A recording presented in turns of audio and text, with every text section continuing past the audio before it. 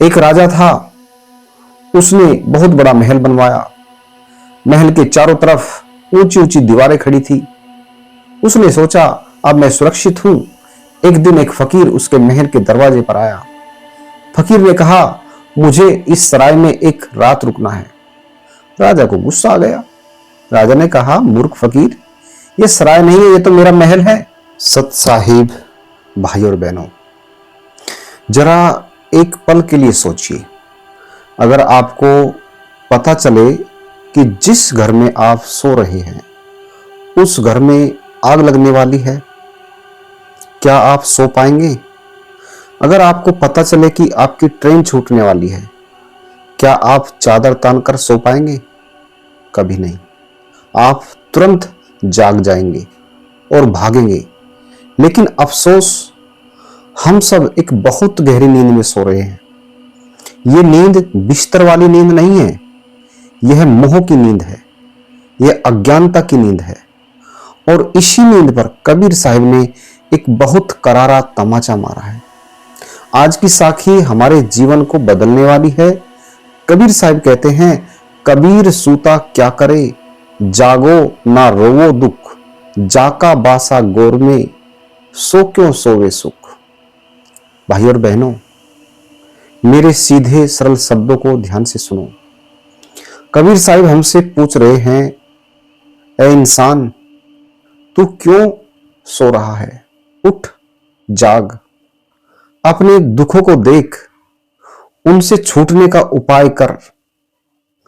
साहिब कहते हैं कि जिसका ठिकाना अंत में गोर यानी कब्र में है, शमशान में है, मिट्टी में है, वह इतनी बेफिक्री से सुख की नींद कैसे सो सकता है? सोचिए, कितनी बड़ी बात कह दी। हम सब यहां किराए के मकान में रह रहे हैं। यह शरीर भी एक किराए का मकान है। एक न एक दिन यह मकान खाली करना पड़ेगा, पर इतनी लापरवाही क्यों? संतों की भाषा बड़ी गहरी होती है, पर जब कबीर साहिब कहते हैं, सूता क्या करे, यानी तू क्यों सो रहा है, तो उनका मतलब रात को बिस्तर पर सोने से नहीं है। रात को सोना तो शरीर की जरूरत है। यहां सोने का मतलब है आध्यात्मिक रूप से सो जाना। एक शराबी को देखिए, वह शराब पीकर नाली में गिर जाता है, उसे होश नहीं रहता, उसके कपड़े गंदे हैं, उसे होश नहीं रहता कि लोग उस पर हंस रहे हैं। वह अपनी ही मस्ती में सोया हुआ है। हम सब भी संसार के इस मोह रूपी शराब को पीकर सो गए हैं। हम मोबाइल देखते हैं, रील्स देखते रहते हैं, घंटों बीत जाते हैं, हमें समय का भी पता नहीं चलता। यह क्या है? यह भी एक तरह का सो जाना ही है। यह भी भाई साहब एक तरह का सो जाना ही है। होश का न होना ही सोना है। हम जी तो रहे हैं, लेकिन होश में नहीं है। हम पैसों के पीछे भाग रहे हैं, हम जमीन जायदाद के पीछे भाग रहे हैं, हम नाम और शोहरत के पीछे भाग रहे हैं। कबीर साहिब कहते हैं, ये सब सपना है। जैसे रात को सपने में आप राजा बन जाए और सुबह आंख खुले तो आप वही गरीब के गरीब रहते हैं, वैसे ही मौत आते ही यह संसार का सपना टूट जाएगा। साहिब कहते हैं, जागो न रोवो दुख, जागो और अपने दुखों को रो। इसका क्या मतलब है? क्या साहिब हमें रोने के लिए कह रहे हैं? नहीं, साहिब कह रहे हैं कि जब तक तुम जागोगे नहीं, तब तक तुम्हें अपने दुखों का एहसास ही नहीं होगा। एक उदाहरण से समझिए। एक आदमी के पैर में बहुत बड़ा घाव है। डॉक्टर उसे सुन्न करने का इंजेक्शन देता है। अब उसे दर्द नहीं हो रहा। वह हंस रहा है, गा रहा है, लेकिन क्या उसका घाव ठीक हो गया? नहीं, घाव तो अंदर ही अंदर सड़ रहा है। जैसे इंजेक्शन का असर खत्म होगा, वह दर्द से फिर चीख उठेगा। यही हालत हमारी है। संसार के सुख, पैसे, गाड़ियां, ये सब सुन्न करने वाले इंजेक्शन हैं। हमें लगता है कि हम सुखी हैं, लेकिन असल में हम दुखों के पहाड़ पर बैठे हैं। बुढ़ापा आ रहा है, बीमारियां आ रही है, मौत करीब आ रही है। साहिब कहते हैं, इस नकली सुख से बाहर निकलो, जागो, देखो कि तुम कहां फंसे हो।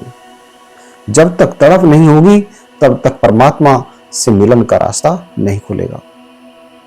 साखी की दूसरी लाइन जो है दिल को हिला देने वाली है। क्या है? जाका बासा गौर में सो क्यों सोवे सुख। गौर का मतलब होता है कब्र या शमशान घाट। भाई और बहनों, एक कड़वा सच आज स्वीकार कीजिए, हम सब कतार में खड़े हैं। शमशान की कतार में किसी का नंबर आज है, किसी का कल है, किसी का 10 साल बाद है, लेकिन नंबर सबका आएगा। कोई यहां हमेशा रहने के लिए नहीं आया है। एक राजा था, उसने बहुत बड़ा महल बनवाया। महल के चारों तरफ ऊंची ऊंची दीवारें खड़ी थी। उसने सोचा अब मैं सुरक्षित हूं। एक दिन एक फकीर उसके महल के दरवाजे पर आया। फकीर ने कहा, मुझे इस सराय में एक रात रुकना है। राजा को गुस्सा आ गया। राजा ने कहा, मूर्ख फकीर, ये सराय नहीं है, ये तो मेरा महल है, मेरी 7 पीढ़ियों का महल है। फकीर मुस्कुराया। उसने राजा से पूछा, हे राजन, तुमसे पहले इस महल में कौन रहता था? राजा ने कहा, मेरे पिताजी। फकीर ने फिर पूछा, उससे पहले? राजा ने कहा, मेरे दादाजी। फकीर ने फिर पूछा, अब वे दोनों कहां हैं? राजा उदास होकर बोला, वे मर गए हैं। फकीर ने हंसकर कहा, राजन, जहां लोग आते हैं, कुछ दिन ठहरते हैं और चले जाते हैं, उसे महल नहीं सराय ही कहते हैं। कबीर साहब हमें ये याद दिला रहे हैं, ये दुनिया एक सराय है, हमारा असली घर तो कहीं और है। हमारा बासा यानी हमारा ठिकाना अंत में मिट्टी में होना है। तो फिर इस सराय में इतना मोह क्यों? इस सराय में इतनी गहरी नींद क्यों? हम सब सोचते हैं कि हम सुख से सो रहे हैं। साहिब पूछते हैं, सो क्यों सोवे सुख। तुम सुख से कैसे सो सकते हो? जरा सोचिए, तिजोरी में करोड़ों रुपए पड़े हैं, लेकिन रात को नींद के लिए गोली खानी पड़ती है। क्या ये सब सुख है? बड़ा सा बंगला है, लेकिन परिवार में आपस में बातचीत नहीं है, क्या ये सुख है? बाहर सब सम्मान कर रहे हैं, लेकिन अंदर मन चिंताओं से जल रहा है, क्या ये सुख है? ये सुख नहीं है, ये सुख का धोखा है। असली सुख तो तब मिलेगा जब परमात्मा आत्मा से जुड़ेगी, यानी आत्मा परमात्मा से जुड़ेगी, जब सुमिरन शुरू होगा। अब सवाल उठता है कि साहब ने बीमारी तो बता दी, इसका इलाज क्या है? हम कैसे जागे? जागने का मतलब यह नहीं कि आप घर बार छोड़ दें, बीवी बच्चों को छोड़कर जंगल भाग जाए। कबीर साहिब खुद गृहस्थ थे, वे कपड़ा बुनते थे, दुकान चलाते थे अपनी, लेकिन उनका मन हमेशा भगवान में लगा रहता था। जागने का मतलब है कर्तव्य सब करो, लेकिन मोह मत करो। कमल का फूल पानी में तैरता है, कीचड़ में रहता है, लेकिन यह कीचड़ से ऊपर उठा रहता है, पानी की एक बूंद भी उस पर नहीं ठहरती। हमें भी इस संसार में ऐसे ही रहना है। संसार में रहो, लेकिन संसार को अपने अंदर मत घुसने दो। एक उदाहरण लीजिए, नाव पानी में चले तो बहुत सुंदर है, लेकिन अगर पानी नाव के अंदर आ जाए तो नाव डूब जाती है। वैसे ही आप संसार में रहिए, कोई दिक्कत नहीं है, लेकिन संसार को अपने मन के अंदर मत आने दीजिए, नहीं तो जीवन की नाव डूब जाएगी। कबीर साहिब की इस साखी का मुख्य संदेश है, सुमिरन, भगवान के नाम का जाप करो। जब आप सोते हैं तो घड़ी की सुई चलती रहती है, वैसे ही जब आप संसार के काम कर रहे हो तब भी आपके अंदर राम का नाम, परमात्मा का नाम चलता रहना चाहिए। एक छोटा बच्चा अपनी मां के साथ मेले में जाता है, वह मां का हाथ पकड़े रहता है, वह खिलौने भी देखता है, झूला भी झूलता है, मिठाई भी खाता है, लेकिन उसका ध्यान हमेशा मां के हाथ पर रहता है। अगर मां का हाथ छूट गया तो बच्चा रोने लगता है, उसे फिर कोई खिलौना अच्छा नहीं लगता। हमें भी उस बच्चे की तरह बनना है। संसार के मेले में खूब घूमो, दुकान चलाओ, नौकरी करो, खाना बनाओ, लेकिन परमात्मा रूपी मां का हाथ कभी मत छोड़ो। उनका नाम हमेशा याद रखो, यही असली खजाना है।